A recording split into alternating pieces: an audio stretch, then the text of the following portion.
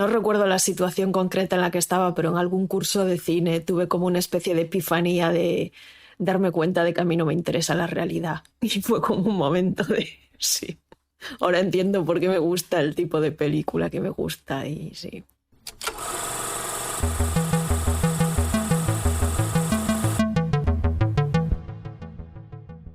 What is reality? I don't think many people want reality. I think whether it's in the theatre or in films, I think it must look real, but it never must be. Because reality is something none of us can really stand at any time. Una vez hace años me fui un verano a Londres a hacer un curso en la universidad, de estos típicos cursos de un mes. Y era un curso sobre cine británico y fue curioso porque éramos muy poca gente y la mitad de la clase eran profesoras chinas que habían venido de una universidad china. Entonces, claro, el curso empieza con cosas súper clásicas. Pero ya cuando se metió el tío en temas tipo Nicolas Roeg, nos habló un poco de Roeg y nos puso específicamente la película de Bad Timing. Y las chicas estas chinas que eran profesoras se quedaron como un poco, como que no entendían ese tipo de cine, porque venían de un contexto como del cine que se hace en China, que es un cine, a ver, hay muchas cosas que hacer, pero te estoy hablando, claro, a lo mejor esto fue hace 15 años, no sé, como mínimo.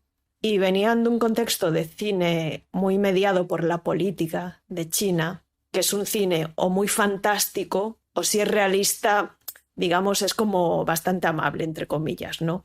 No estaban acostumbradas a ver cosas como tan crudas. Tal vez el género es una cosa que está más determinado y hay una brecha más grande entre lo que es ficción y fantasía. Sí, no sé muy bien. Ficción tradicional y fantasía, quiero decir. Sí, es como que les chocó mucho esa película en concreto. A ver, no es una película agradable, o sea, pasan cosas que no son agradables, especialmente si eres mujer. Y era difícil explicarles el porqué de ese tipo de películas porque no entendían ni siquiera que existiera ese tipo de cine. O sea, porque no tenían como la gramática para entender que el cine no tiene por qué ser solo escapismo o algo más costumbrista, propaganda política, digamos, no sé.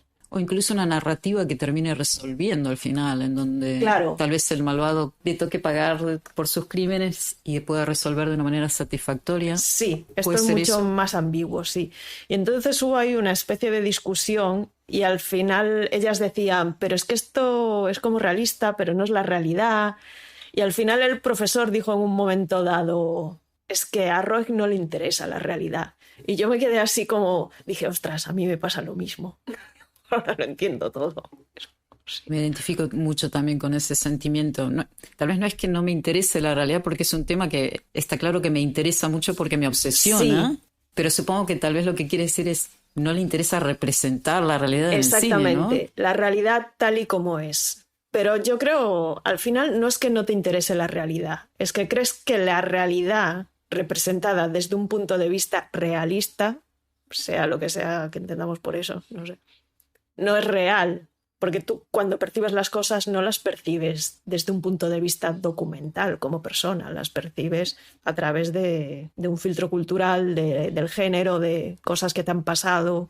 No es la realidad, es otra cosa. Me encanta que estemos hablando de esto porque en este primer episodio estamos con esta idea de hablar de qué es el remake, de qué es la adaptación, cuál es la finalidad de este tipo de cosas. Y si hablamos de qué es la realidad y qué relación hay entre la realidad y el cine o cualquier otra cosa, se podría decir que el lenguaje en sí mismo es la primera gran adaptación. Porque si entendemos adaptación como la transformación de algo que ya existe, puede ser de una obra artística, en este caso de un hecho, un evento o personajes de la realidad, a un formato que habla de lo mismo, pero que es distinto. Por ejemplo, con el caso de Psycho, que es el que vamos a intentar en algún momento abordar hoy, cómo plasmamos un hecho real al formato novelístico y de ahí al formato cinematográfico y de ahí a la remake, en donde lo que hacemos es cogemos un objeto que ya existe en ese formato, una película, y la rehacemos en otra película. Sí, es que al final todos son traducciones, o sea o no una adaptación, estás adaptando un libro, estás adaptando una película, estás adaptando la realidad, una anécdota, lo que sea, pero son todo traducciones de un medio a otro. No existe como el arte, ¿no? Sin una traducción de por medio. Me gusta la idea de la traducción porque lo hace aún más activo el proceso y más transformador. Sí, porque incluso, no sé, ahora se me ocurre incluso el ready-made, que sería simplemente coger la realidad, al final es también una traducción, porque estás cogiendo la realidad y poniéndola en otro contexto. No, o sea, el ready-made no existe, no sé, Duchamp, quiere decir, al final termina siendo una obra porque la has descolocado y descontextualizado. O sea, si algo está donde lo has encontrado y no haces absolutamente nada con eso, no hay ninguna manera de convertir eso en arte o en una, no sé, en otra cosa. Creo que lo que dices trae una pregunta que es importante cuando hablas del remake, que ¿cuán importante es conocer la versión original para poder realmente valorar un remake o cuánto valor agregado hay en un remake si la versión original es buena o es mala? Una cosa curiosa es que Van Sant comenta en alguna entrevista que la valoración de la película es muy diferente por la gente que conoce la original de Hitchcock que por la gente que nunca la ha visto. A ver, en general me imagino que es gente joven, porque por mucho que no hayas visto Psicosis, si tienes cierta edad, has visto imágenes, has visto fragmentos, aunque no hayas visto la película entera. Y una cosa que él comenta es que la valora mejor la gente que no ha visto la original. Esto es curioso. Pero también me parece curioso, sobre todo, porque es una película que en realidad solo tiene valor si has visto la original. O sea, es muy contradictorio al mismo tiempo. Y porque el valor está en ese aspecto formal y meta de hablar del cine desde el cine. A ver si podemos abordar ese tema. Si hay alguna suerte de transferencia de valor entre el original y el remake.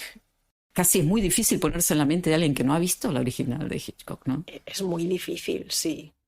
A ver, yo me imagino que si tienes, no sé, 15 años, pues sí, puede ser que nunca hayas visto ninguna imagen, no tengas ni idea de quién es Hitchcock, Psicosis, lo que sea. Pero... Bueno, siempre el remake ha existido. Es un recurso financiero, artístico, sobre todo de los estudios, ¿no? Que existe desde que existe el cine. Yo creo que de todas las películas mudas, un poco conocidas, incluso de las que no, existe un remake. A veces hecho por los propios autores, a veces hecho por otro director, a veces hecho en otro país por otra industria, pero de casi todas hay copias. Copias piratas, entre comillas, digamos, que se rehacía todo el rato. El que se considera como el primer remake es el Gran Robo al Tren de 1903, es el original de Edwin Porter, y en el 1904 viene la remake de Sigmund Loving, que también copia cuadro a cuadro la película, tomándose algunas libertades, como que, por ejemplo, el tren en vez de venir de derecha a izquierda va de izquierda a derecha. Sí, los planos generales son un poco distintos. En la segunda son como más cortos. En la primera son más generales, se ve más el paisaje, pero son súper parecidos. Claro, pero uno diría, ¿por qué haces un remake? O sea, si tienes algo para agregar, ¿no? El what if. ¿Cuál es el what if en el caso del remake de Sigmund Loving? Que técnicamente, no sé si estamos de acuerdo, pero que es realmente bastante inferior. Sí, es lo mismo, pero peor. Pero peor hecho con... Yo no le veo ningún sentido. Me imagino que había detrás algún tipo de cuestión económica, alguna decisión de algún estudio que quería copiar el éxito que había tenido otro estudio o algo así, porque realmente la película en sí no tiene ningún sentido copiar lo mismo de la misma manera. Totalmente de acuerdo. Estaba tratando de hacer una lista de por qué se hacen remakes. Un argumento que creo que es uno de los más valiosos es que dices, tú tienes un estudio y has pagado no sé cuánto dineral por los derechos de propiedad intelectual de una novela que tiene mucho éxito y quieres sacarle el máximo jugo. Generamos recursos invirtiendo mucho menos dinero. Sí, a ver, la mayoría yo entiendo que van por ahí. Y de hecho el remake de Gus Van Sant viene de ahí. Cuando Gus Van Sant se hizo famoso con Drugstore Cowboy, todos los actores querían trabajar con él, los actores de Hollywood. Y en ese momento fue a una reunión con los ejecutivos de la Universal, que no es que lo quisieran a él, lo que querían era a los actores. Gus Van Sant les daba igual, pero consiguiéndola él sabían que podían conseguir a cualquier actor. Y uno de los ejecutivos le dijo que una cosa que podían hacer, porque la Universal, imagínate qué archivo tienen millones de películas y de guiones que podía hacer. Y Gus Van Sant se lo tomó muy mal. Le parecía como una cosa muy fea coger algo que ya se había hecho, rehacerlo él como le diera la gana, sin que hubiera ningún tipo de mediación con los autores originales. Entonces pensando en lo más estúpido que les podía decir, les dijo, vale, pues vamos a hacer un remake de Psicosis de Hitchcock. Claro, y obviamente los ejecutivos dijeron, no, eso no se puede hacer. En realidad los remakes no suelen ser de súper éxitos, súper clásicos. A nadie se le ocurre ahora venir y hacer, un remake de Cantando bajo la lluvia o Ciudadano Kane. Suelen ser películas un poco más desconocidas o de culto. Porque una historia es que cuando fue esta reunión era la época en la que se puso de moda adaptar series de la tele como Los Picapiedra o The Brady Bunch y este tipo de películas. Entonces Gus Van Sant les dijo como lo más estúpido que se le ocurrió, que era hacer un remake de Psicosis. Gus Van Sant también venía de un contexto como más punk, más indie, ¿no? Y era como un poco desafiar a los ejecutivos a ver hasta dónde podían llegar. Y siempre la respuesta era siempre que no. Lo que pasa que luego cuando hizo Good Will Hunting fue una película que tuvo tanto éxito, ganó tanto dinero, fue a los Oscars, fue como que ahí ya vino la Universal otra vez y le dijo, te dejamos hacer lo que quieras. Y él dijo, vale, un remake de Psicosis. Y entonces le dijeron que sí, pero era puramente por una cuestión económica, que querían una película de Gus Van Sant y si Gus Van Sant decía eso, pues vale, sí. Y entonces él se quedó un poco como, hostia, espera, ¿no? Que me han dicho que sí, ¿qué hacemos con esto? Porque esto era como un chiste, no sé, ¿vamos a hacer realmente esto? Y lo habló con Danny Elfman, porque Danny Elfman había hecho ya en esa época algunas recomposiciones de la música de Bernard Herrmann para otras cosas y le gustaba mucho y lo habló con él. Y Elfman le dijo, te van a matar, o sea, esto es un suicidio creativo. Y Guzmán le dijo, a mí me da igual, o sea... Pero si les digo que sí, tú estás de acuerdo, lo hacemos. Y Elfman le dijo, vale, si es un suicidio te van a matar, pero vale, si te dicen que sí, lo hacemos. Y así fue como se terminó haciendo. No sé si has oído hablar de Our Lady of Laughter. No. Van Sant estaba en un grupo de teatro. Ah, sí. Y de hecho tiene un corto muy antiguo que es como una especie de anuncio de champú imitando la escena de la ducha de Psicosis. Exacto, 1979. Así que fíjate desde cuándo viene Van Sant pensando en hacer un remake de alguna manera de Hitchcock. Remake, homenaje, parodia, llámalo como quieras. Sí. O sea, yo creo que no le interesaba específicamente, que fue una especie de desafío absurdo a la industria. Pero curiosamente las dos basadas en Psycho, no es cualquier peli, ¿no? A ver, volviendo a por qué hacemos remakes, por qué este suicidio, ¿no? ¿Funcionó, no funcionó? ¿Por qué estamos hablando de esto hoy? Sí, yo me imagino que mucha de la gente que ha visto el remake de Van Sant lo ha visto más por una especie de curiosidad morbosa, ¿no? Que porque realmente les interesase la película. En realidad, seguro que mucha gente la vio solo para criticarla. Estoy de acuerdo.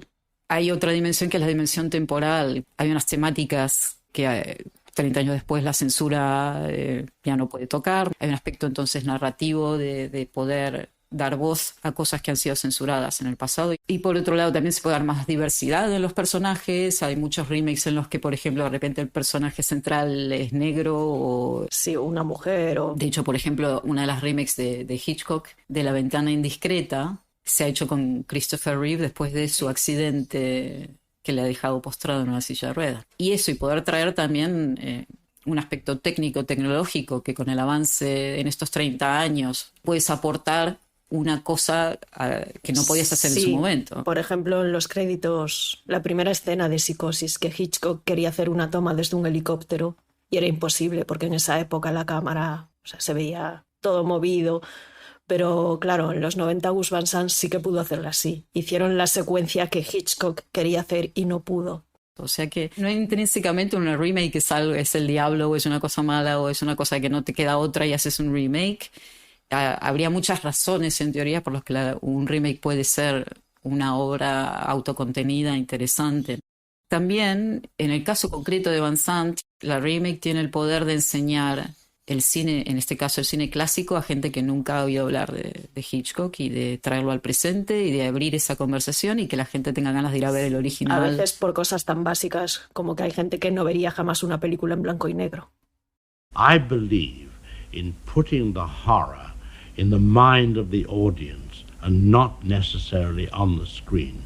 I once made a movie rather tongue-in-cheek called Psycho. And of course, a lot of people looked at this thing and said, what a dreadful thing to do, how awful, and so forth.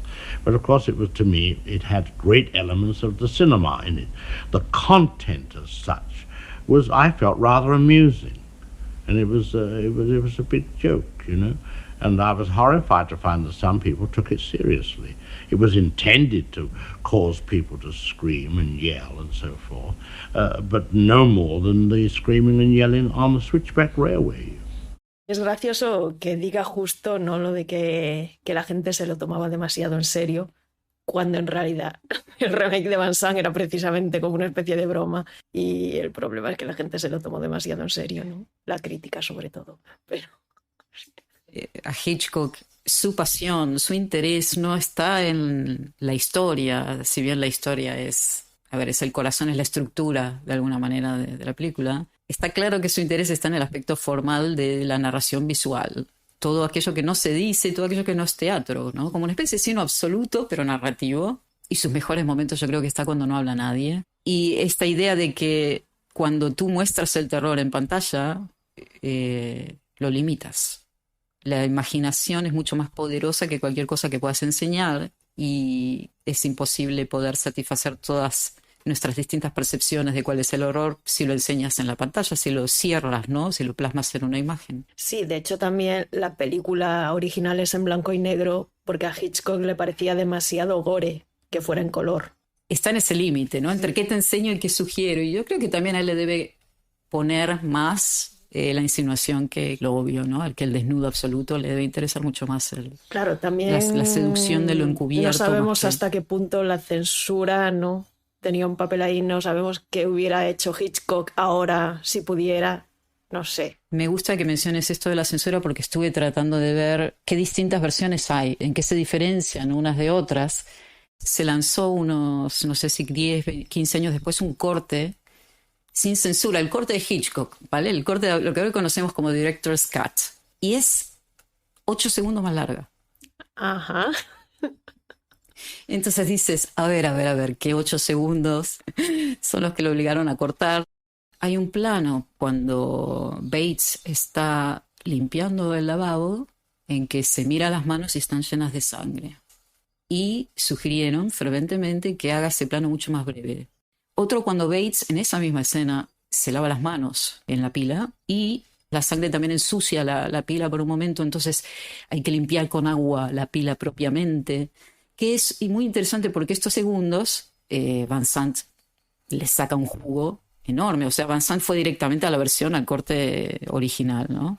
Hay un plano que también Van Sant respeta, que es cuando cae el cuerpo de Marion, después de haber sido asesinada en la ducha. Su cuerpo cae sobre el extremo, el borde de la ducha, y tiene medio cuerpo pendiendo, casi la cara apoyada en el suelo, y tiene su culito expuesto al aire, que es un plano que había en el original con un plano cenital desde la ducha, pero bueno, Van Sant se regodea con ese plano. Y como puedes ver, son menos de segundos a veces lo que hay que cortar porque el montaje es muy rápido.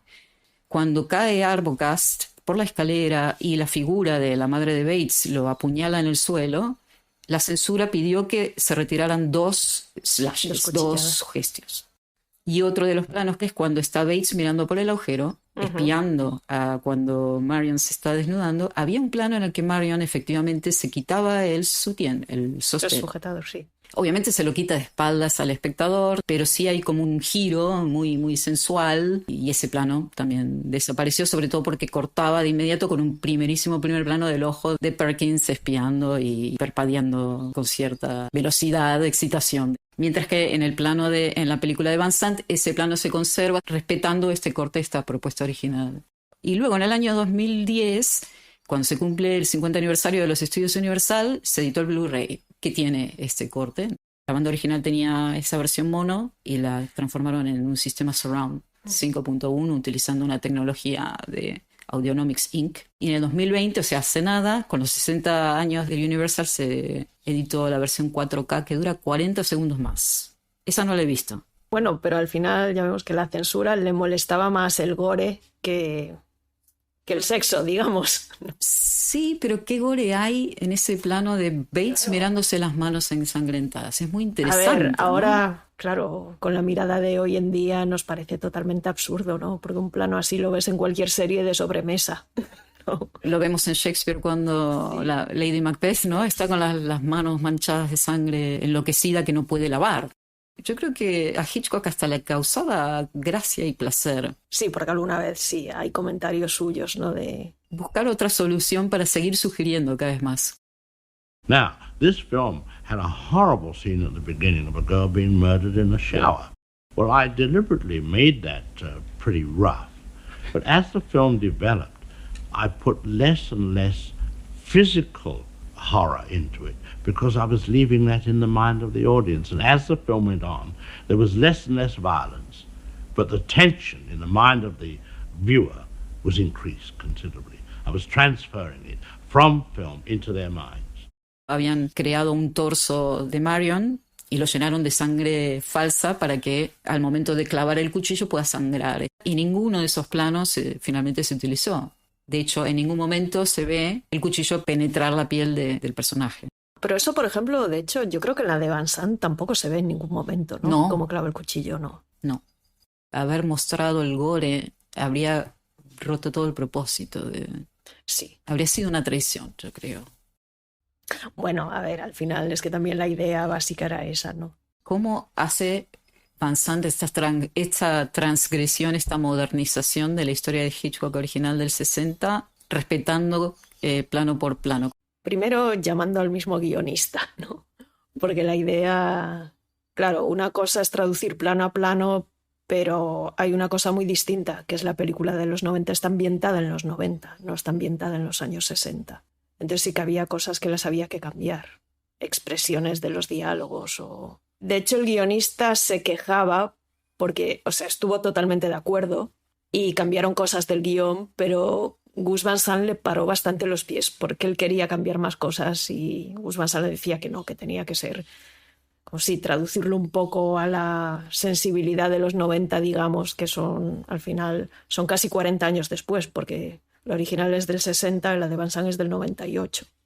Pero el guión es el mismo, simplemente hay algunos cambios en los diálogos. A ver, hay alguno bastante notable, que no es simplemente cambiar una expresión por otra, pero es muy, muy parecido al original.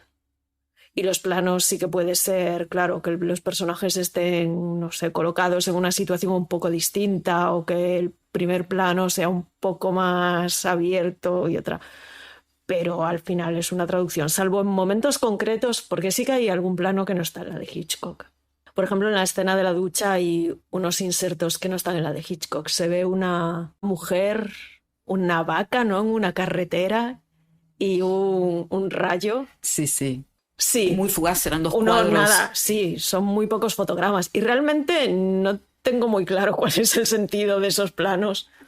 Pero es curioso porque, por ejemplo, el plano de la vaca es muy Gus Van Sant. Bueno, My Own Private Eye dejó las carreteras aquellas largas y luego la otra de las vaqueras. Sí, Only Cowgirls Get the Blues. Sí, pero en realidad en la escena de la ducha no tiene como ningún sentido.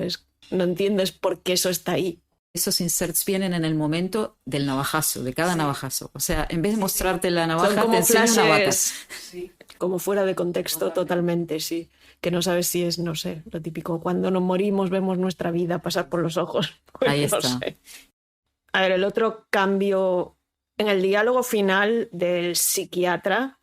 En la original había como algún momento que se dejaba caer que igual todo venía de que Norman era a lo mejor travesti, transexual, ¿no? El psiquiatra decía como que no, pero como que se dejaba caer ahí un poco.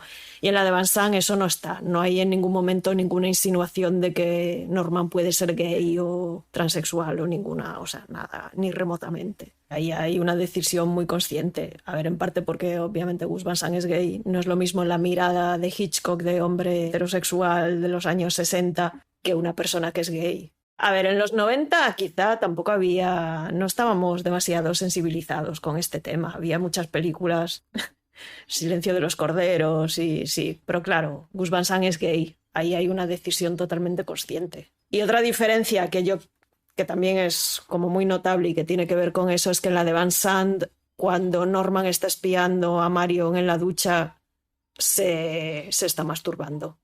A ver, no es obvio, no es que haya una escena explícita, pero se escucha y ahí yo creo que hay una diferencia, primero en la decisión de coger a ese actor concretamente y no a alguien que se parezca más a Anthony Perkins, que tiene como unas facciones más suaves y es más ambiguo, digamos. Porque Vince Vaughn es otro tipo de actor, de hecho es típico tío, no sé, como masculino, que también el actor en sí es como muy de derechas y no sé, es otro tipo de actor que no tiene nada que ver.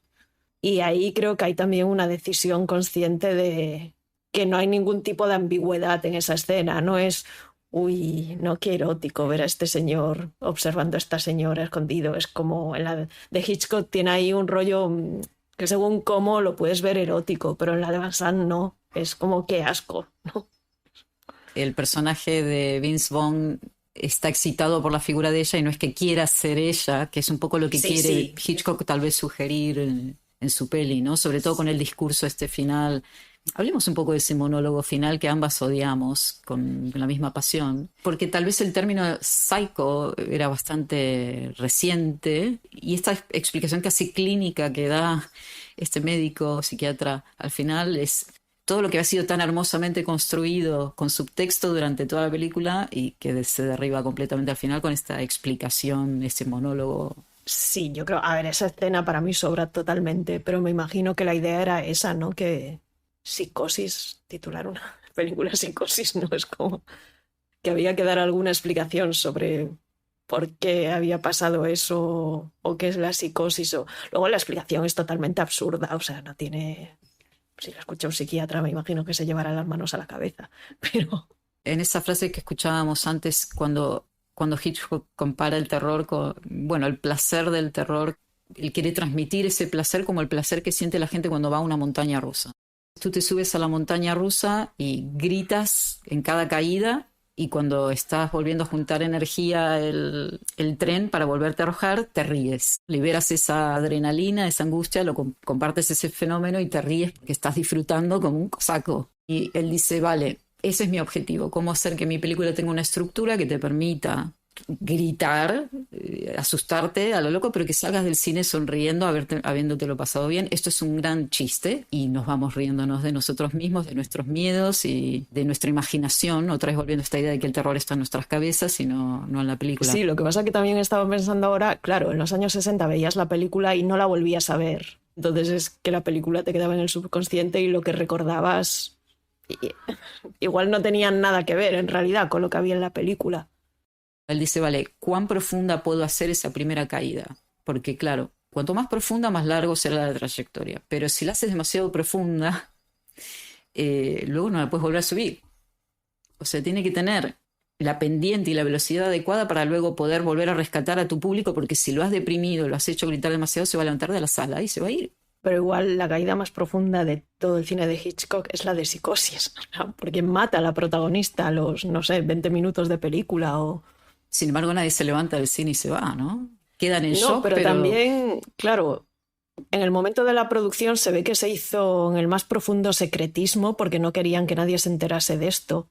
Y ahora es muy difícil entender cómo el público de aquella época entró a ver esa película que de entrada puede parecer un noir sobre un robo, ¿no? Y de repente cambia totalmente... O sea, esa inocencia de ver las películas así creo que ahora mismo es absolutamente imposible. Ya no existe eso, ¿no? Está el tema de los créditos que mencionabas. De decir, vamos a darle un crédito a la madre de Bates para que la gente no sospeche. En la película no sé si hay un crédito, pero sí que hicieron como el paripé de buscar a una actriz para que la gente pensara que realmente era un personaje que existía, sí. Un casting para a ver quién va a interpretar a la madre de Bates para que hasta los mismos miembros de la industria que vayan a ver la película no supieran la trama. Alfred Hitchcock's greatest shocker. Cuando se estrenó Psycho, está bien, era como hoy se estrena una peli de Marvel, realmente, era una peli popular que apela a muchos gustos, porque apela justamente a este mito de la Caperucita Roja, que es interesante que Hitchcock escoja la Caperucita Roja como la primera narrativa de la cual todo el cine no es más que una remake, porque podría haber escogido cualquier otro relato. este mito de la pobre niña o jovencita inocente perdida en un bosque lleno de lobos. Y... Sí. A ver, quizás no el 100%, pero vamos, que hay una gran parte de las películas de Hitchcock que son mujeres que de alguna manera se ven metidas en líos varios, ¿no? Totalmente desvalidas. Y bueno, y ahí hay otra cosa que creo que Van Sant comenta, cuando hace que sea el personaje de la hermana, interpretada por Julianne Moore, es la hermana la que finalmente deja inconsciente a Bates, no es él, que en la película original ella está simplemente paralizada del miedo. Sí. Y él es el que la salva a último momento y detiene al malvado. Sí, también yo creo que en la elección de actriz hay un cambio importante, porque Janet Leigh es más típica mujer con curvas y Anne Heche es más andrógina. Es otro tipo de actriz de Hollywood, sí. Psycho viene de una adaptación de esta novela Psycho de Robert Bloch. Y Robert Bloch, a su vez, esto es interesante porque no la leí entera ni de coña, pero me he leído un par de capítulos. La cosa es que todo esto viene de un personaje real, Ed Gein, que creo que fue 2 años antes, no sé si lo atraparon en 1958. La novela es de ese año, ese mismo año, o 59, y la peli se empezó a rodar en el 59. Evidentemente nadie sabe a priori los crímenes o la gente que está actuando de esta manera, porque si no los detendrían de inmediato. Lo que suele suceder es que encuentras un cadáver o alguien hace una denuncia de algo que sucedió y el proceso es, bueno, vamos a reverse engineer este asesinato, vamos a tratar de ver qué pasó antes, hasta que encuentras al asesino y resuelves y te das cuenta de que en realidad esto es solo la punta del iceberg y hay como 50 cadáveres dando vueltas por ahí, que es lo que suele suceder con los asesinos seriales. Pero en este caso, el tipo aparentemente solo mató a 2 víctimas, mujeres ambas, pero tenía el fetiche de ir a los cementerios, excavar cadáveres, cortarlos en pedacitos, tengo que decir cadáveres femeninos, cortarlas en pedacitos y usar la taxidermia, la taxidermista. Aparentemente se estaba cosiendo un traje de piel femenina en el que él se pudiera meter dentro para ser una mujer, en este caso su madre, que nos recuerda de inmediato a quién. Es El silencio de los corderos, sí. Pues tal cual. Estos son distintas remakes de una misma historia, de una interpretaciones, traducciones, como las llamarías, Blanca. Sí, bueno, y de hecho El silencio de los corderos viene también de un libro. Sí, pero... Exacto, de la adaptación de Thomas Harris, ¿no? Del silencio de los corderos. En la última instancia, todo parte de este personaje del cual no sabemos nada, y de hecho en 1958, por razones de censura, el periódico no puede darte todos los detalles de qué es lo que encontraron en su casa. Entonces, cuando Bloch está escribiendo su novela, no está pensando en Ed Gein, la está escribiendo en paralelo. Y en algún momento en el desarrollo de su novela se entera de que han atrapado a este tipo que ha matado a esta gente y que tenía tendencias canibalísticas y tenía un pantano detrás de la casa donde a veces disponía de pruebas o de cadáveres, no sé qué. Entonces lo que hizo Bloch fue agregar algunas líneas cuando estaba terminando su novela para anclar un poco más lo que él había fantaseado porque su punto de partida es quién conoce realmente a sus vecinos. Uh-huh. El tema es que cuando 2 años después la prensa empieza a revelar más detalles de la psicopatología de Ed Gein, descubren que era taxidermista, que estaba obsesionado con su madre, todas las problemáticas que Bloch había inventado por su cuenta, que evidentemente no es una casualidad pura, porque hay una psicopatía de... Sí, hay unos patrones, sí. La madre de alguna manera siempre está presente, en gran o menor medida, y generalmente es una de las primeras víctimas. Pero me parece como muy interesante que también esta especie de primera adaptación tiene mucho de interpretación y de libertades que han sido meras coincidencias. Y yo creo que también esta diferencia entre Psycho y lo original puede invitar a otros novelistas como Thomas Harris a rememorar y hacer un remake de esta misma historia, que a su vez se convierte en cine tan exitosamente como fue El silencio de los corderos en su momento.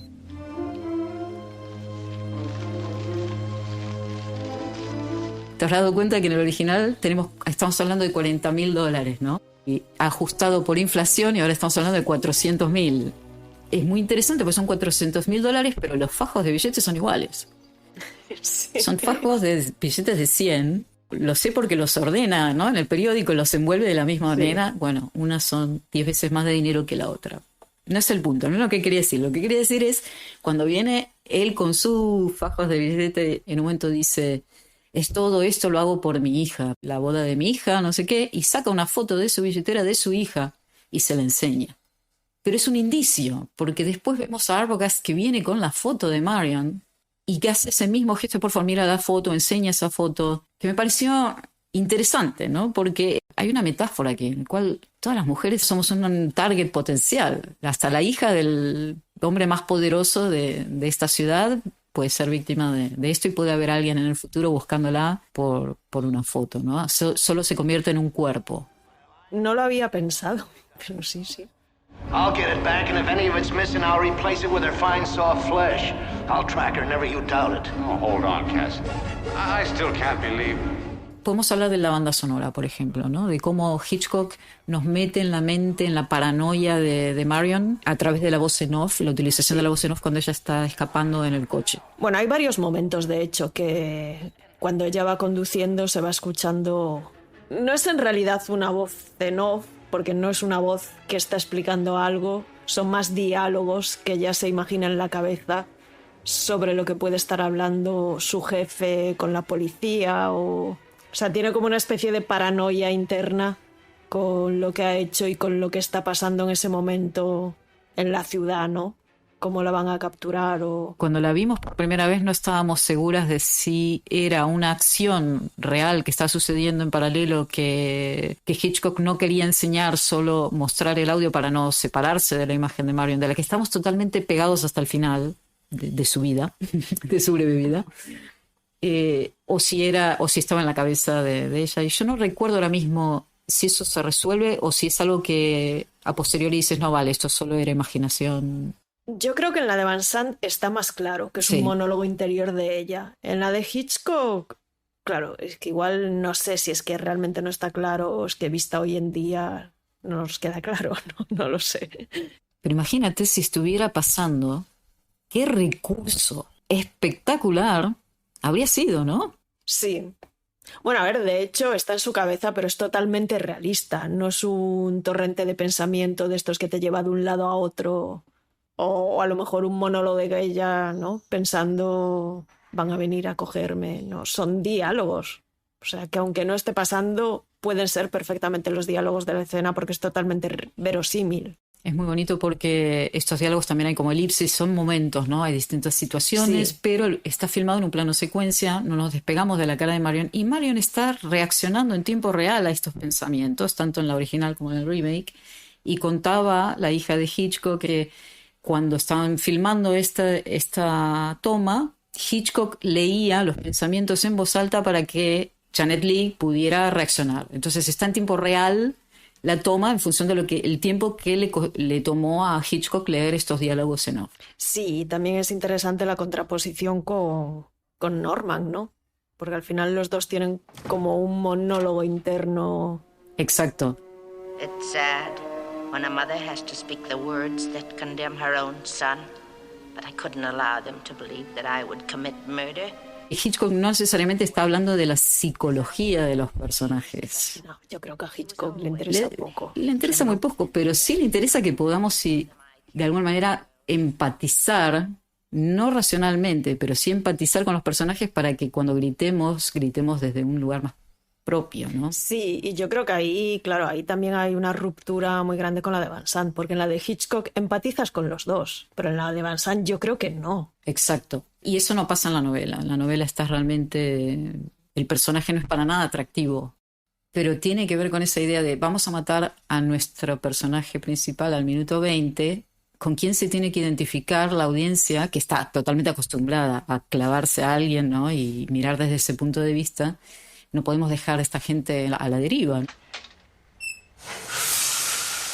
Una cosa que me parece extraordinario, que es en la escena de la ducha, la música no empieza cuando ella se está duchando, no empieza cuando vemos la figura de la madre a través de la cortina, no empieza cuando se abre la cortina.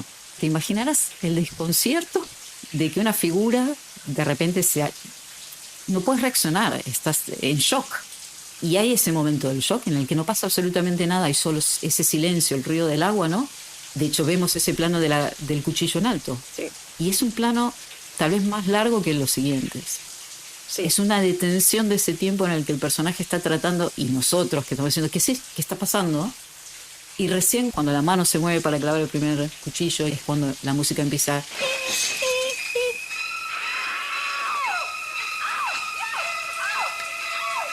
Porque si hubiéramos escuchado la música antes, esa sorpresa habría sido mucho más ligera. No hubiera funcionado, ya sabríamos sí. que algo horrible va a suceder. Sí. La música es como más desquiciante en el remake. Pero sí, es muy, muy... Bueno, al final es la misma música, o sea, está arreglada, pero los arreglos tampoco es que... Cuando dices desquiciante, danos un ejemplo. Tiene como, no sé, el sonido... Quizá hay más agudos, no sabría decirte exactamente porque no, yo qué sé, no tengo el vocabulario para hablar sobre música. No te creo. Pero... No te creo para nada. Pero es más molesta. Hay algo como más rayante, más... No sabría decir por qué exactamente. A ver, yo tengo una teoría, no sé si es correcta, pero comentaba Elfman que cuando hicieron la adaptación de la banda, evidentemente la hicieron en estéreo. Por empezar, la banda original que estamos escuchando desde la película está en mono. Ahí ya hay una diferencia, pero lo interesante es que en el remake, como te comentaba antes, está la versión 5.1, que le da mucha espacialidad a esta escena y a toda la película en general. Pero con el lo-fi de las grabaciones originales de los años 60. Y creo que hay una disonancia cognitiva, tal vez. Sí. Si ya tenemos la tecnología del estéreo, tenemos una buena calidad de grabación. Pero ahora estamos escuchando en estéreo algo que no tiene esa calidad. Pero no llegas a apreciarlo, tal vez conscientemente. Pero es algo que también te está creando un tono, una atmósfera, una sensación de disonancia que inquieta muchísimo. Toda disonancia inquieta.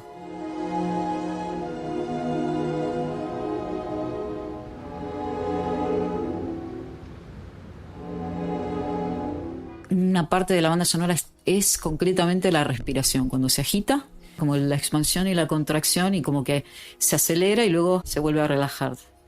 Y de alguna manera respiras a ese ritmo. Ajá. ¿Sabes cuando escuchas un corazón? ¿Nunca te ha Sí. pasado? Que tu corazón se pone en sincro. Me da la sensación de que esa noción de expansión y de contracción del corazón o de los pulmones funciona perfecto. Y esto también tiene que ver con la subida, la bajada, la tensión y la relajación. Una frase más que quería compartir contigo de Hitchcock, que dice: ¿por qué la gente quiere sufrir esta hermosa sensación del dolor efímero?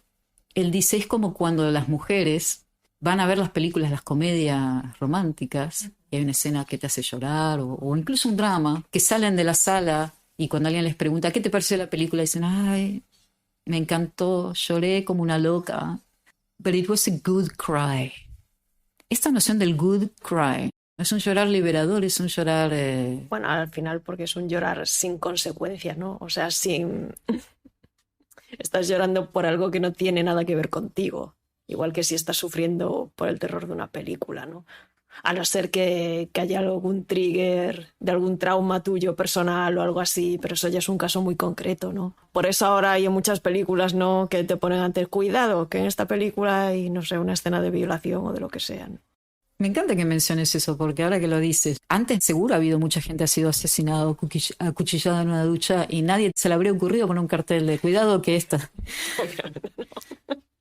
Yo esto lo he visto más en series, en películas la verdad es que no sé, pero a veces en plataformas de streaming sí que en algunas películas te ponen a veces una advertencia. En esta película hay imágenes que podrían ser disturbadoras para, yo qué sé. Si tienes un amigo que... Sí. Yo qué sé, da un poco de risa, pero al final lo entiendo. A ver, yo entiendo que si te has intentado suicidar y de repente ves en una película, entiendo que puede haber un trigger ahí peligroso. Pero al mismo tiempo me hace mucha gracia. Por ejemplo, hace poco, no sé qué película vi, pero que había una advertencia de estas. En esta película sale gente fumando y luego en la película había una escena que tomaban ketamina o algo así. Y era como, ¿pero qué absurdez es esta? O sea, es como, es peligroso fumar, pero vamos a pincharnos, no sé. Como... ¿De verdad hay un aviso de ojo que aquí hay gente fumando? Sí. No te puedo creer.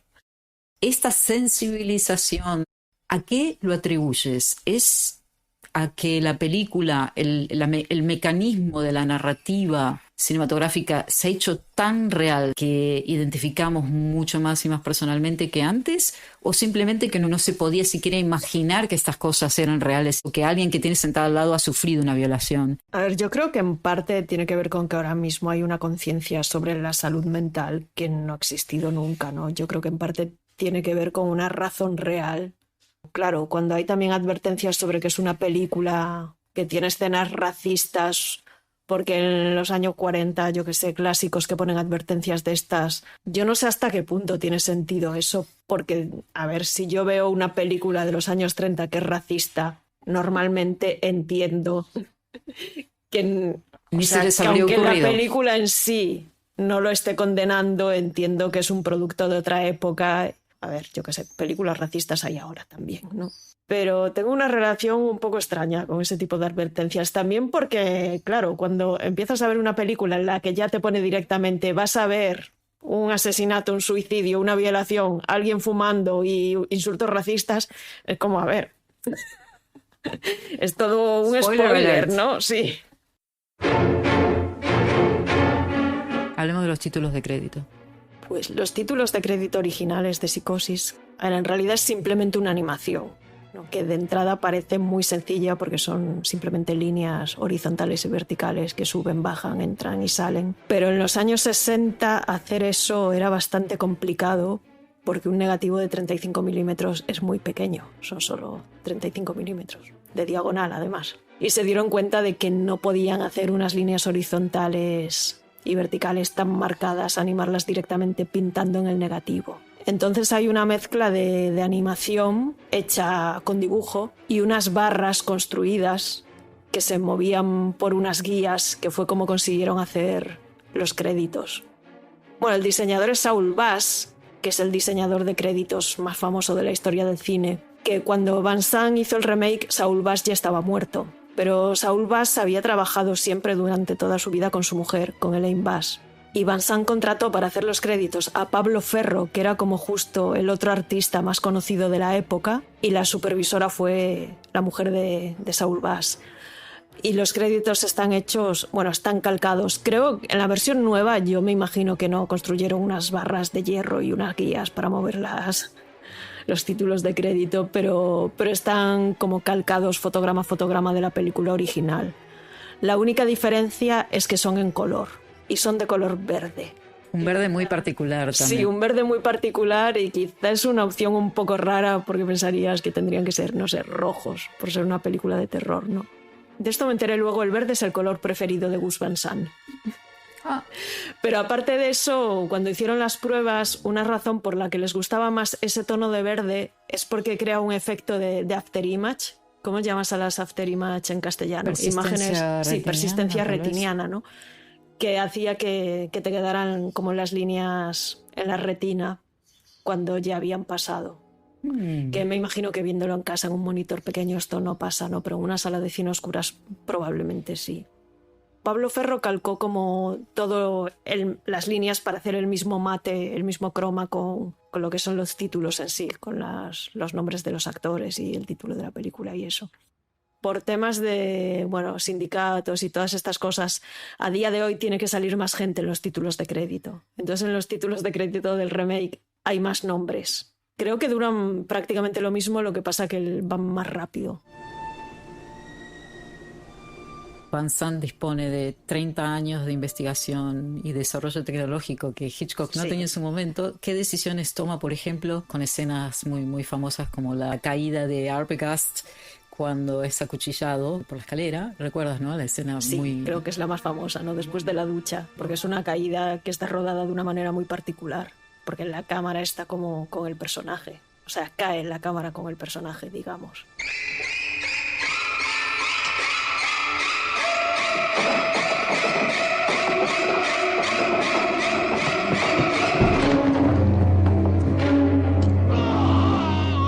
Pero en realidad está rodada prácticamente de la misma manera. Usaron una especie de cacharro juntando una silla que se movía con la cámara y sí que hay un croma en esa escena, pero no es un efecto especial. La caída está rodada, el actor moviendo las manos absurdamente encima de una silla que gira con la cámara acoplada Hay una cosa, a mí me parece la locura mayor de todo el rodaje, que decidieron que la casa iba a ser distinta. No porque fuera icónica y quisieran cambiar, porque pensaban que era como un actor más y que no tenía sentido cambiar como todos los actores y dejar la misma casa.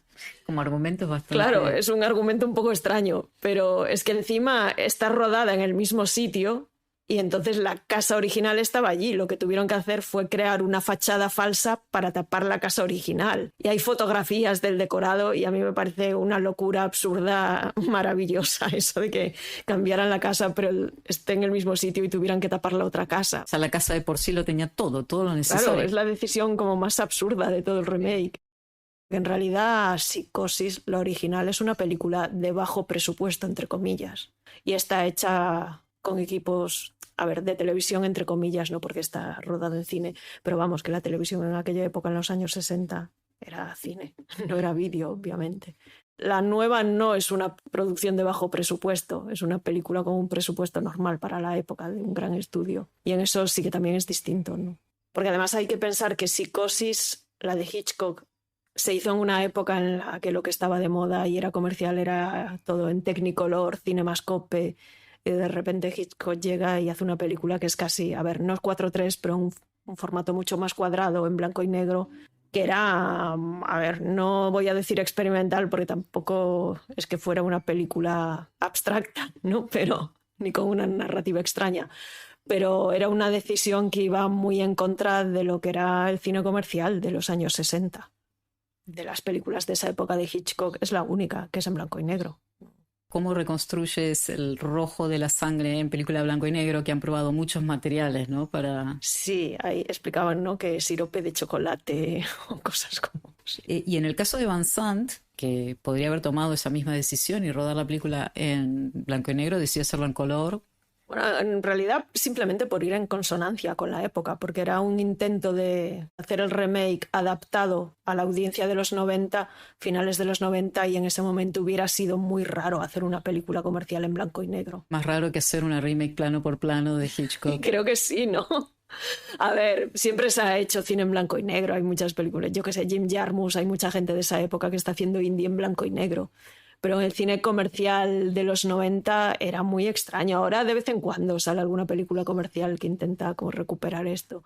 La dimensión del color, que es toda una dimensión narrativa y emotiva de la película, que Hitchcock prefiere limitar al blanco y al negro, gamas de gris evidentemente. Van Sant dice, vale, esta dimensión me la guardo para mí y la voy a explotar a mi manera porque no hay referente de Hitchcock en este aspecto.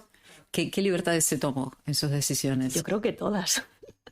Porque no es solo que sea en color, es que tiene unos colores muy particulares. Por ejemplo, la manera en la que viste Marion en la de Van Sant tiene un punto muy retro. El traje ese rosa no parece un traje de los 90. Hay una parte que es como más pastel, ¿no? Más camp, casi kitsch, no sé, hortera.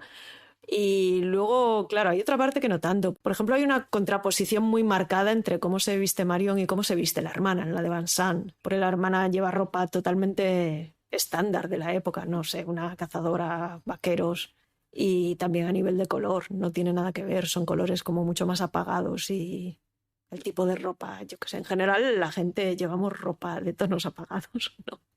Salvo raras excepciones, es raro ver a alguien por ahí con un vestido rosa y unos zapatos verdes o cosas así. Y la ropa que lleva Mario en la de Van Sant es un poco así. Parece más como una película de los inicios del color, como colorizada. Tiene un punto que el color es como que está llevado a algo que parece casi artificial. O sea, no es realista el color de la película. También el vendedor de coche que lleva una camisa que tiene como unas líneas así que parece que recuerdan un poco al agua. Que a veces tampoco sabes si realmente fue algo pensado o si son cosas que te imaginas tú, ¿no? Son relecturas posteriores tuyas, no lo sé. Tanto la original como la remake está llena de pequeños elementos que te entran por el inconsciente, pero que todo suma a esa sensación de ansiedad, ¿no? Como que hay algo que ves con el rabillo del ojo. No puedes dedicarle la atención porque tienes que prestar atención a otra cosa, pero sabes que está ahí y que algo significa. Sí, por ejemplo, el cambio de la ropa interior de ella, ¿no? Que la de Hitchcock es primero blanca y luego negra, pero en cambio en la de Van Sant creo que es, no sé si es primero rosa y luego verde, ¿no? Sí, cambia el color y también cambia la saturación, que también es como bastante interesante, porque cuando llegamos al momento de la sangre, la saturación está Sí, a sí, flor de claro, piel, la sangre ¿no? roja no puede ser más roja, o sea, no es ahí un rojo apagado, no, o sea, Yo creo que habría sido como una tradición enorme apagar los colores en esa escena para la audiencia. la idea de Hitchcock vino de ver películas de bajo presupuesto que en aquella época estaban ganando mucho dinero en el cine. Y él no lo decía específicamente, pero luego leyendo cosas creo que se refería específicamente a las películas de Roger Corman. Y me parece un punto de partida muy válido, muy interesante también como desafío personal.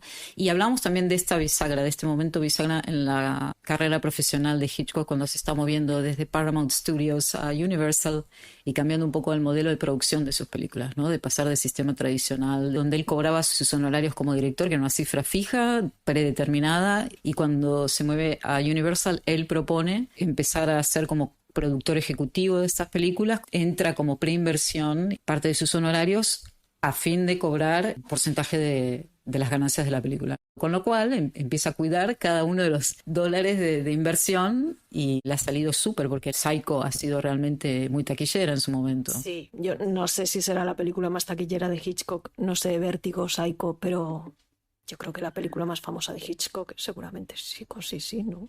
Ha sido relanzada en cine 10 años después. De hecho, Psycho, mucha gente sabe que hay como 3 o 4 secuelas de Psycho con el mismo Perkins. Sí, sí.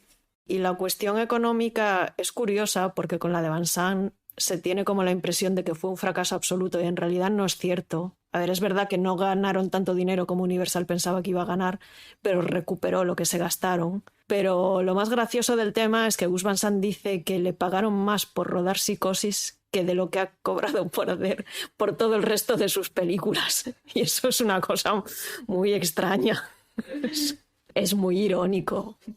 A ver, es un experimento que salió mal, todo el mundo lo trató fatal, pero a día de hoy es como que se está reconsiderando, ¿no? Su valor como más desde el punto de vista, no sé, del arte conceptual, por decirlo de alguna manera, y en realidad él dice que es con la película que ha ganado más dinero en el fondo.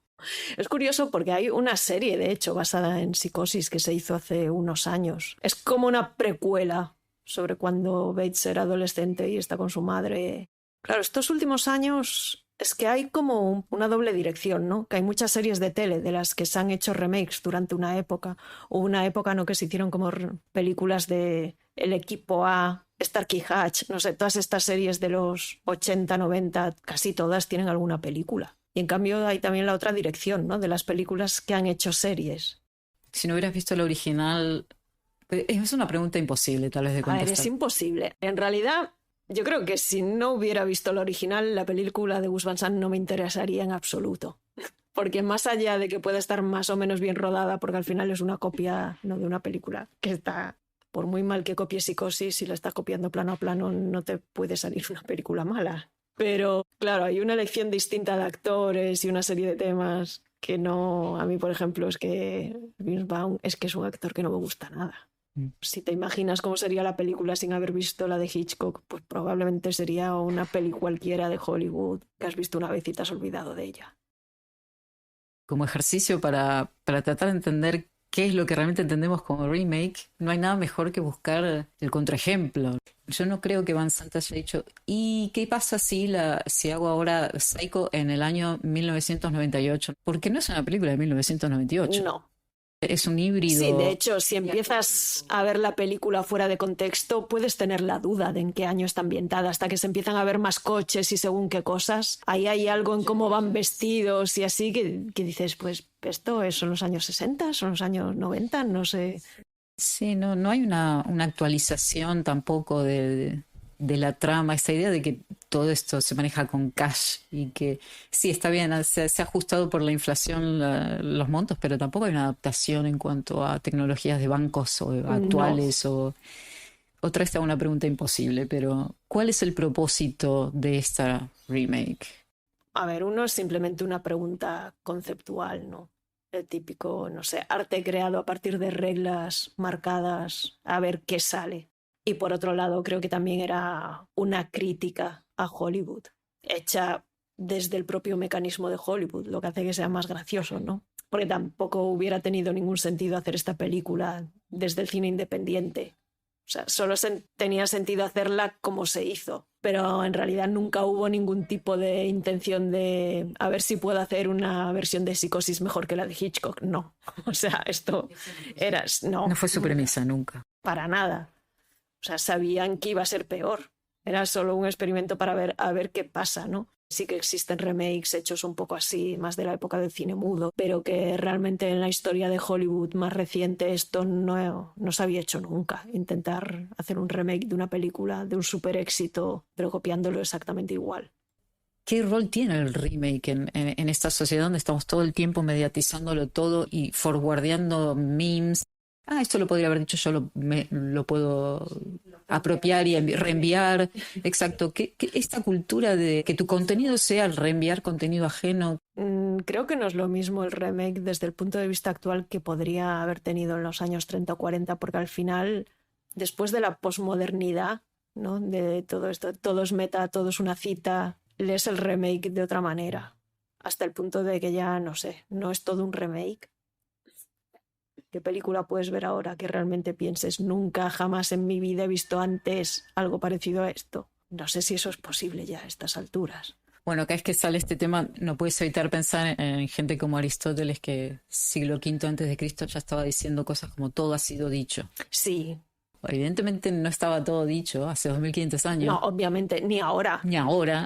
También habría que ver qué entendemos por realidad, ¿no? Porque si te planteas Psicosis desde la realidad de la historia que está pasando en la pantalla, obviamente eso, pues la base que tiene real, bueno, está ahí, existe, pero si te la planteas de la realidad, desde dónde está hecha y de lo que dice, de cómo funcionan los estudios de Hollywood, por ejemplo, vale, también es una visión meta sobre la realidad ya en sí, ¿no? Y yo creo que ahí está avanzando.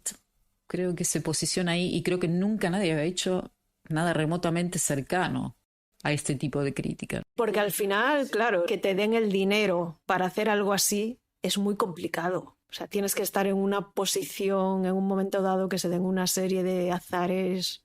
¿Crees que va a haber otro remake igual, pero tal vez de otro director? Creo que no. Y de hecho, una de las cosas que Van Sant explica sobre esta película es que en el fondo es menos mal que fue un fracaso, porque imagínate si hubiera tenido éxito, la pesadilla que hubiera sido esto, ¿no? Aquí remakes de todos los clásicos de Hollywood. Hechos por AI. Imagínate. Bueno, igual acabamos ahí, de todas formas, ¿no? Pero...